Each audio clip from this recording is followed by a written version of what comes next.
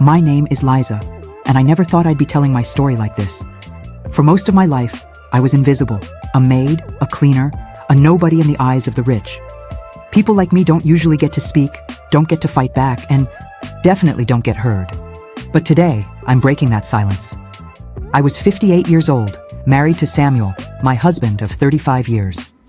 Samuel was the kind of man who had calluses etched deep into his palms from decades of labor, yet still managed to hold my hand with the gentleness of a young lover. We had nothing, no savings, no property, not even a car. Our tiny apartment was old, walls peeling, pipes leaking, but it was ours. To survive, I worked as a maid. My employer, a billionaire named Victor Halden. To the world, he was a self-made success story, philanthropist, investor, pillar of the community. But behind closed doors, he was something else, something darker. Life in the mansion. Every morning, I put on my plain gray uniform and took the crowded bus up the hill to his mansion. The contrast between my world and his was almost laughable. His driveway could have fit our entire apartment building. The chandeliers sparkled like stars, and his marble floors were so polished I could see the wrinkles on my face in their reflection. I cleaned silently, always keeping my head down. That was the rule. Speak only when spoken to. Never make eye contact. Never linger. Victor barely noticed me at first. To him, I was just another old woman scrubbing his floors. But slowly, that changed. His eyes started lingering. His comments, subtle at first, grew bolder. "You work hard, Liza," he once said, sipping whiskey while I polished the table near him. "Your husband must be lucky to have such a dedicated woman." I forced a smile and went back to my work. My gut twisted. First incident one evening, he returned home earlier than usual. I was in the laundry room folding towels when he appeared in the doorway. His steps were slow, deliberate. "You know, Liza," he said, voice low, "you could have had a better life. A woman like you shouldn't be wasting her years cleaning up after others." I tried to laugh it off. "We all do what we must, sir." But then he stepped closer. His hand brushed against mine. I froze. He smiled, the kind of smile that made my skin crawl. "Don't pretend you don't feel it. You're still a woman." I pulled my hand back, mumbling an excuse, but he didn't stop. That night, the line between employer and predator blurred, and I felt powerless to stop him. When I returned home, I didn't tell Samuel. I couldn't. How could I burden the man who had sacrificed everything for me with this shame? It didn't stop there. The incidents grew worse, more aggressive. Each time, I felt myself breaking a little more inside. I would stand in the shower for hours, scrubbing my skin raw, as if I could erase his touch. Samuel would knock on the door, worried. I would lie, saying I was just tired, just overworked. But inside, I was dying. Victor was untouchable. Billionaire, powerful, respected. If I accused him, who would believe me? I was just an old maid with no money, no influence, no voice. One night, Samuel found me crying in the kitchen. He sat beside me, his weathered hand on my back. "Liza," he whispered, "what's wrong? You've been carrying something for months." And for the first time, I broke down. I told him everything, every look, every word, every touch. His face turned pale, then red with fury. "That monster!" His fists clenched so tightly, his knuckles turned white. "I'll kill him." I grabbed his arm. "No, we can't. He's powerful, Samuel. If we go against him, he'll destroy us." Samuel's eyes glistened with tears. "Then what are we supposed to do? Just endure?" At that moment, something shifted inside me. A fire I hadn't felt in years sparked in my chest. "No," I whispered, wiping my tears. "We won't endure. Not anymore. If Victor Halden thinks he can break me, he's wrong, because I will make him pay." That night, I lay awake staring at the ceiling. For the first time, I wasn't thinking about survival. I was thinking about revenge. I thought confessing to Samuel would bring me relief, but instead it was like dragging him into the same pit of despair where I was drowning. For weeks after my confession, our home was filled with silence. Samuel became withdrawn, pacing the apartment like a lion trapped in a cage. He'd clench his fists until his knuckles cracked. Sometimes I'd wake at night to find him staring out the window, whispering curses under his breath. "Samuel," I'd beg, "don't do anything foolish." But how could I blame him? He was a man, and his wife had been violated by someone he couldn't touch. Shame in the air word spread, though I hadn't told anyone else. Somehow, whispers have a way of finding ears. The neighborhood women, those I'd shared tea with, those who once envied my stable job, started avoiding me. Their voices dropped when I passed. Their eyes lingered, not with sympathy, but with judgment. "She's too old to tempt a man like that," I overheard one say.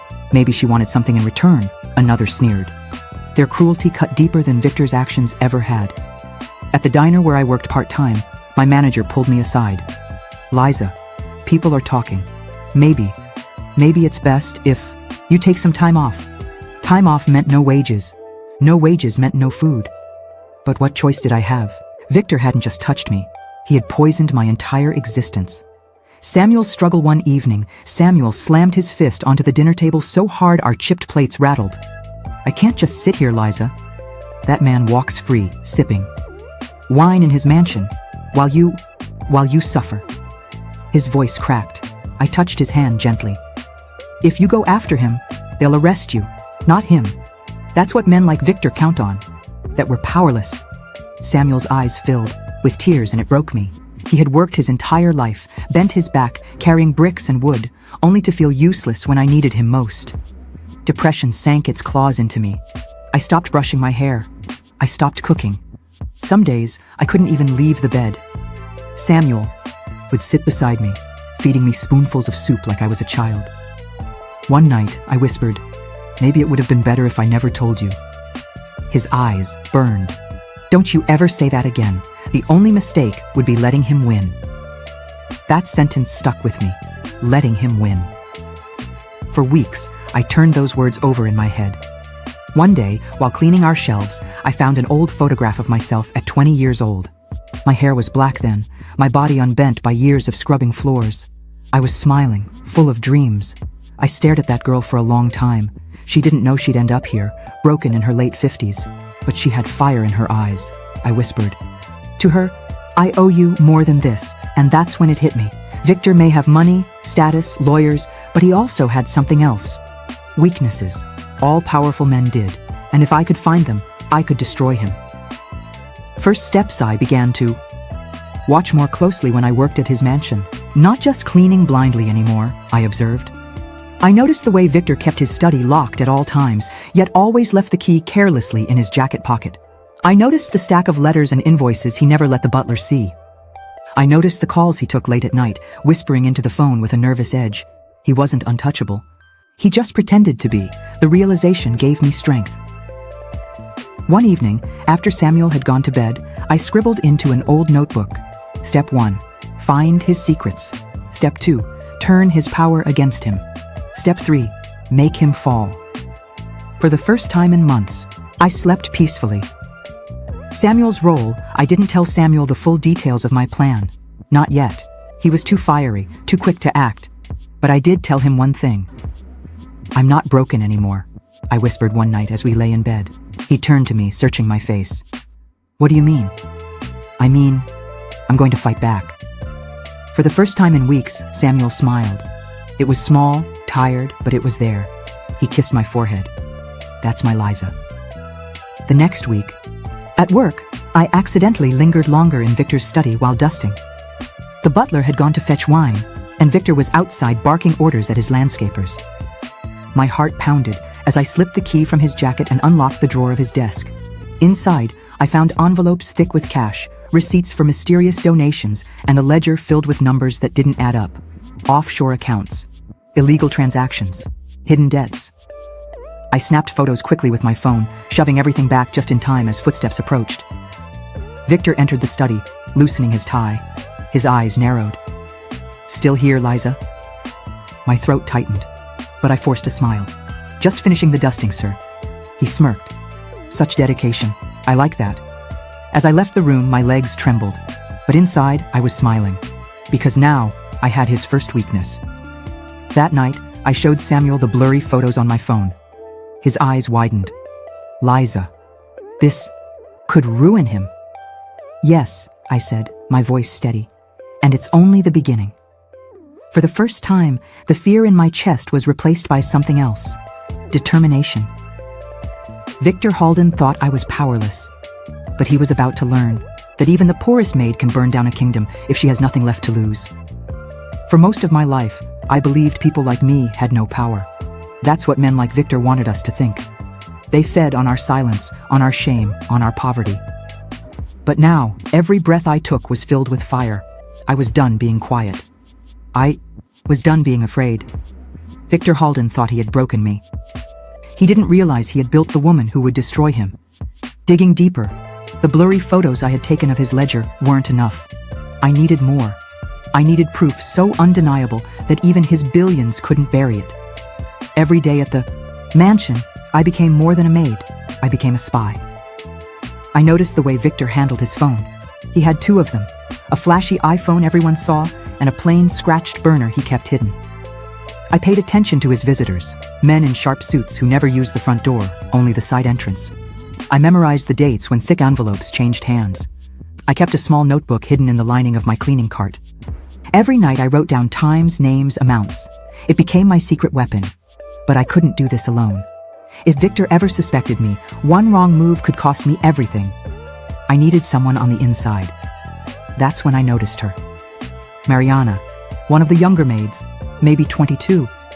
She was quiet, but her eyes were always wary when Victor passed by. One day, I caught her crying in the laundry room, wiping her face quickly when she saw me. I closed the door gently. "He hurt you too, didn't he?" Her silence was answer enough. Slowly, I told her my story. She broke down, confessing that Victor had cornered her more than once. She had no family here, no one to protect her. "Help me," I whispered. "Help? Me bring him down." For a moment, fear clouded her face. But then, she nodded. From that day forward, we weren't just maids. We were allies. Through Mariana, I learned even more. She knew where Victor kept his spare keys. She knew which nights he drank himself into a stupor. She knew which servants he had paid off to keep silent. Together, we started gathering real evidence. Photos of his secret meetings, copies of documents hidden in his study, voice recordings of his late-night calls. Mariana would distract the butler while I slipped into the study. I'd dust the same corner for 20 minutes while she placed a recorder under the desk. Piece by piece, we built a case. Samuel's support at night, I showed Samuel everything we collected. He listened, jaw tight, eyes blazing with pride. "Liza," he said once, holding my hand. "You're braver than anyone I've ever known." I smiled faintly. Bravery isn't a choice when you've lost everything. It's survival. Samuel wanted to storm into the police station with what we had, but I stopped him. "Not yet. Men like Victor can buy their way out of anything. We can't just expose him. We have to destroy him, publicly, permanently." Dangerous gamble. The plan began to take shape in my mind. If Victor could use secrecy and shame to control me, I would use exposure and truth to control him. But how? Then I remembered. Every year, Victor hosted a massive charity gala. The richest of the rich attended. Politicians, investors, celebrities, cameras everywhere. It was his stage, his pride, his carefully curated mask, and I would tear it off in front of the world. For weeks, I prepared in silence. I bought a cheap secondhand laptop and taught myself how to compile files, how to schedule timed releases. I worked with Mariana to scan documents late at night. Samuel found an old friend from his construction days, a man who owed him a favor. This friend connected us to a small-time journalist, someone hungry for a big store. We shared only fragments with the journalist. Enough to hook him, not enough to risk exposure too early. "Trust me," I told him. "You'll have everything you need. Just be ready when I call." Fear and doubt. There were nights when I almost backed out. Nights when the fear crushed me. "What if he finds out?" I whispered to Samuel once. "Then we fight," he said, gripping my hand. But I wasn't afraid for myself anymore. I was afraid for him, for Mariana, for anyone Victor might hurt, if this went wrong. Yet every time doubt crept in, I remembered the look in Victor's eyes the first night he crossed the line. That smug certainty that I was powerless, and I vowed to prove him wrong. 2 nights before the gala, Mariana and I snuck into Victor's study while he was out meeting clients. I copied his entire secret ledger onto a USB. Offshore accounts, bribes, hush payments, it was all there. Mariana trembled as I tucked the USB into my pocket. "This is it," I whispered. "This is the weapon that ends him." When I got home, Samuel and I stayed up all night, preparing the files, drafting anonymous emails, and timing their release. Everything would go live at the gala. Calm. Before the storm on the day of the event, I put on my maid's uniform like always. But underneath the plain fabric, my heart thundered like a drum of war. Victor strutted around, barking orders, rehearsing his speech about philanthropy and integrity. The hypocrisy made my blood boil. Mariana caught my eye across the hall. We didn't speak, but we didn't need to. The fire in her eyes mirrored my own. By midnight, when the gala was in full swing, Victor would stand in front of cameras, basking in applause. And by midnight, the world would finally see the monster behind the mask. The mansion glowed like a palace that night. Chandeliers sparkled, violins played softly, and guests arrived in glittering gowns and tuxedos. The annual Halden Charity Gala, Victor's pride, his stage. But tonight, it would become his execution ground. Walking among giants, I moved silently among the guests, carrying trays of champagne like I had 100 times before. To them, I was invisible. Just another servant. But under my uniform, my heart raced with purpose. The small USB drive was hidden deep in my apron pocket. My hands trembled each time I touched it to make sure it was still there. Mariana brushed past me, balancing a tray of hors d'oeuvres. She didn't smile, but the brief squeeze of her hand against mine told me everything. We were ready.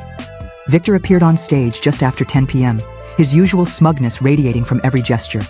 Cameras flashed as he raised his glass. "Ladies and gentlemen," he began, "tonight we gathered to celebrate not just wealth, but generosity, integrity, responsibility." The hypocrisy nearly made me laugh out loud. Generosity? Integrity? This man had built his empire on ruined lives and broken women. As he spoke, my fingers moved on the small laptop I had hidden in the catering tent. The files were uploading. Time to release in less than 20 minutes. Victor's speech soared into lies about charity donations and community projects.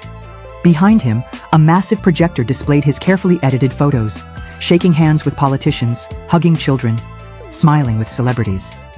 I slipped out of the tent, laptop tucked under the buffet table, and re-entered the ballroom.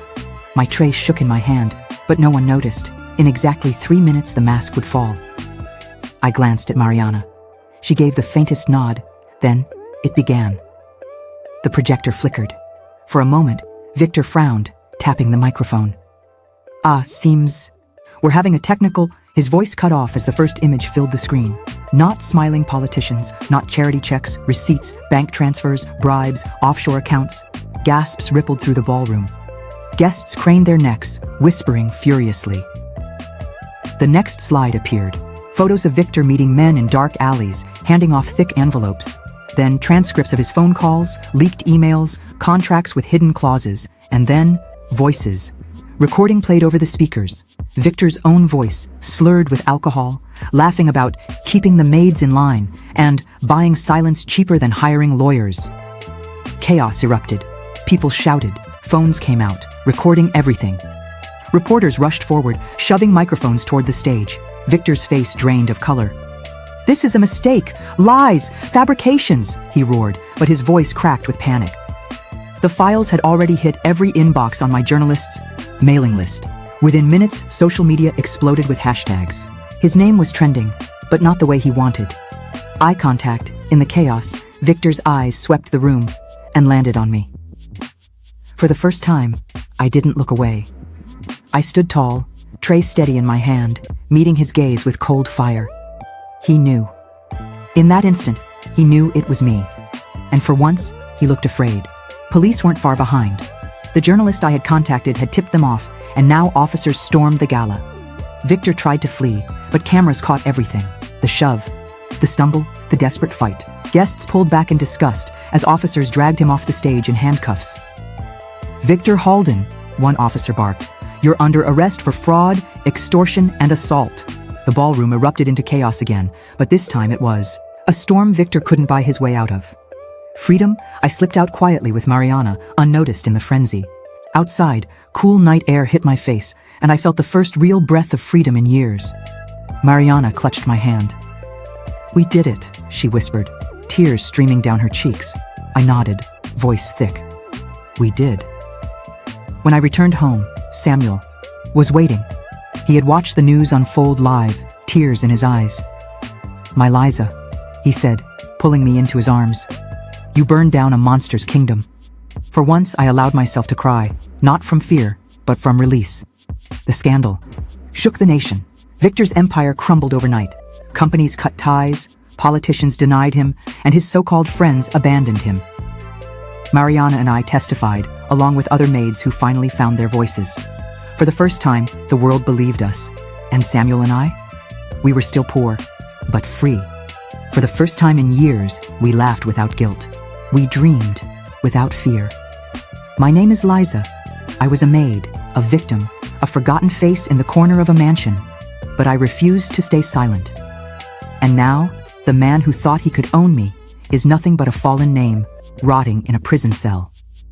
Justice doesn't always come quickly. Sometimes you have to build it with your own hands, and when it finally arrives, it's the sweetest freedom you'll ever taste.